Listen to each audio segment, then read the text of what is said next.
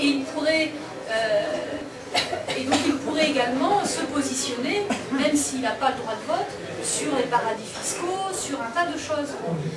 Alors évidemment, on rêve, vu la composition actuelle du Parlement européen et ce qu'il risque de devenir avec une gauche européenne qui est complètement ratatinée, certes, mais tout de même, je veux dire, des choses...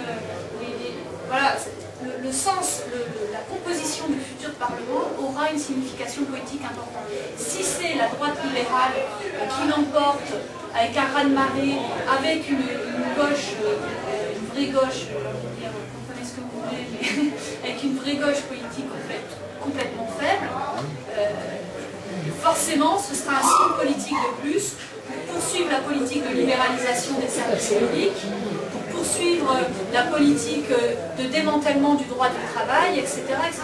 Et il y a des choses affreuses qui nous attendent, parce que, en fait, ce que je peux vous dire, c'est que depuis un an, Barroso, qui était le président de la Commission européenne, ce qui apparaît, c'est qu'il n'a rien fait depuis un an, parce qu'il voulait absolument se faire réélire. Il va se faire réélire, c'est sûr. Il n'y a pas de candidat, il n'a pas d'opposant. Barroso, qui est un des principaux responsables de la crise financière actuelle, en étant resté les bras ballants et compagnie, va se faire réélire. C'est la pure droite libérale et tout. On est en pleine crise financière, on va réélire un président de la Commission européenne à fond droite libérale. Et Barroso n'a rien fait depuis un an, mais je peux vous dire qu'il a des dossiers, je vous parle avec Francis Wurth, vous voyez, Barroso a mis tous ces petits dossiers de côté, et qu'à partir du mois de septembre, on va s'en prendre plein la gueule. Ça, c'est clair. Et c'est vrai que du coup, il y a ce Parlement d'abord, et ensuite c'est clair qu'à la rentrée, il va vraiment falloir qu'on se bouge au niveau européen pour avoir enfin à nouveau des véritables campagnes européennes comme on avait eu contre la directive Bolkestein. On va s'en prendre plein la figure, et notamment sur le droit du travail. Il est prévu de démanteler le droit du travail à travers non pas la Commission européenne, mais à travers les décisions de la Cour de justice européenne, qui a déjà pris 3 décisions, qui sont les arrêts Valkson, Laval et Viking, qui en gros entérinent le principe du pays d'origine qu'on avait repoussé, qui avait été repoussé à travers la Bolkestein, à savoir, en gros, ils ont entériné notamment par exemple en Suède, qu'une entreprise de service puisse s'implanter en Suède et ne pas respecter les droits collectifs des salariés en Suède, mais respecter en l'occurrence les droits polonais. Donc ça veut dire qu'en France, eh bien, n'importe quelle entreprise de n'importe quel autre pays pourra venir pour imposer les réglementations du droit du travail de son pays d'origine. C'est pas tout à fait vrai pour la France.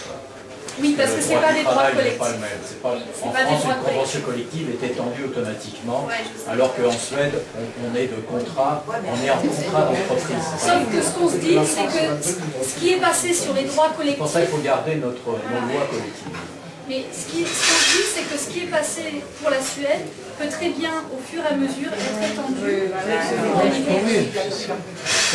Enfin, tu parles un peu, si on était majoritaire au Parlement européen, mais je crois que c'est aussi intéressant dans le cadre où on est minoritaire, ne serait-ce que pour être informé des projets qui sont sous roche, etc.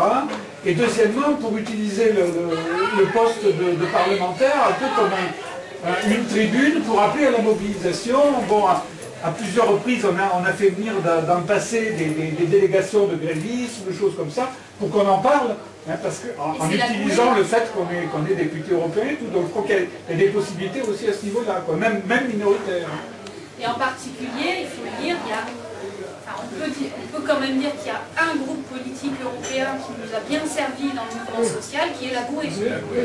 Moi, je salue le travail en particulier de quelqu'un qui n'est pas de mon parti, qui est Francis Wurth, qui a fait un travail vraiment formidable au sein du Parlement européen pour nous alerter aussi bien sur Bolkestein que les autres directives. Et y compris, bon, par ailleurs, là en l'occurrence, aujourd'hui c'est Front Gauche, SGH, je ne sais pas s'ils veulent aller Oui, il n'y a pas de problème.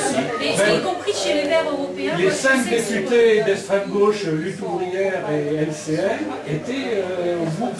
Mais y compris les Verts européens sur la politique environnementale européenne nous a permis aussi de faire passer des choses, par exemple sur la directive REACH, qui est une directive de réglementation sur les produits chimiques au niveau européen, nous a permis, il y a des députés européens verts qui nous ont permis de faire passer des choses au niveau du Parlement européen. Donc effectivement, même si c'est une minorité, ça sert au mouvement social, ça permet d'être informé, de faire un relais et d'être au courant de tous ces trucs-là. Il y a des Verts nordiques dans le groupe. Il y a des Verts nordiques dans la gouvernement.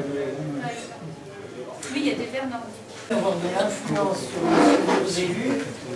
Il y a une pétition là-bas qui a été réalisée par le collectif État d'urgence planétaire, dont fait partie ATTAC, bien sûr, et une douzaine d'autres associations, et qui s'adresse au futur président du Parlement européen. Je suis désolé d'apprendre que ce sera Barroso. Non, la commission, ce sera Barroso. Ah oui, de la commission, pardon.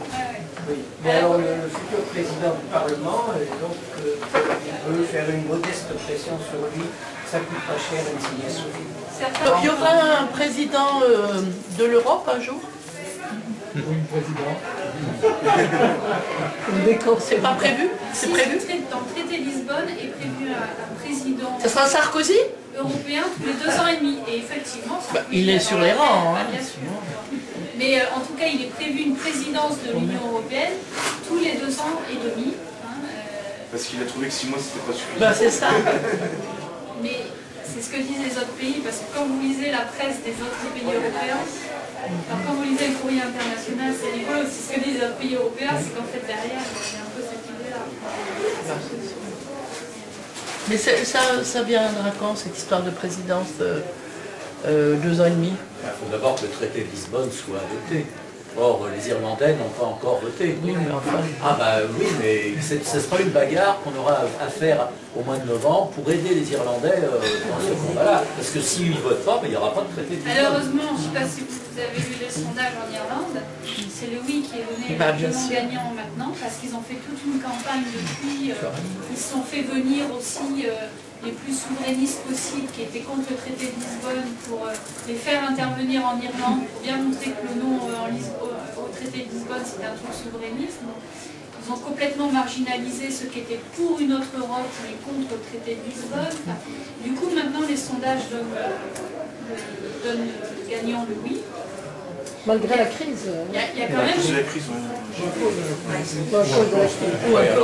Ils ont gagné le oui parce que ils ont autorisé l'Irlande comme la Pologne à renoncer à l'avortement, par exemple. Voilà.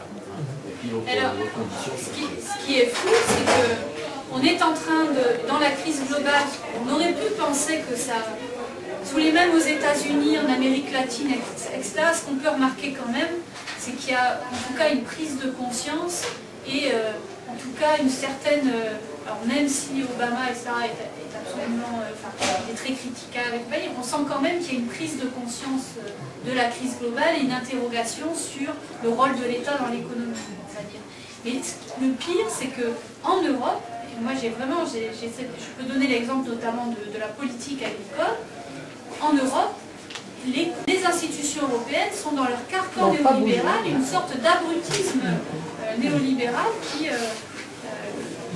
qui ne faiblit pas quoi qu'il arrive. On a eu une crise alimentaire mondiale, on continue la libéralisation des marchés agricoles. On a une crise financière, on continue de prôner l'intégration des marchés financiers, la privatisation de la Poste et donc de la Banque Postale, etc. Ils ont quand même stoppé la Poste. Elle est reportée. Elle est reportée. Elle est reportée. On a une crise sociale, on passe la directive temps de travail, etc. On a une crise écologique et on voit bien que ça piétine totalement au niveau de ce que propose l'Europe. Et la solution, c'est les marchés de droits à polluer, les marchés de carbone pour marchandiser toute l'écologie, toutes les ressources naturelles. Donc en fait, c'est comme s'il y avait... l'Europe continuait dans son carcan, quoi qu'il arrive. Par exemple, tous les pays sont en train de... Les États-Unis notamment sont en train de remettre des politiques agricoles fortes de régulation des marchés. L'Europe, qu'est-ce qu'elle décide? Et bien, tranquillement en 2013, on va tout libéraliser, on va abandonner la politique agricole commune. C'est terrible, quoi. C'est-à-dire qu'il y a une sorte au niveau de la Commission européenne notamment, il y a une sorte d'abrutisme du néolibéralisme qui est quasiment incompréhensible. Enfin, compréhensible parce que derrière, il y a les intérêts des multinationales qui persistent, mais qui est totalement mortifère.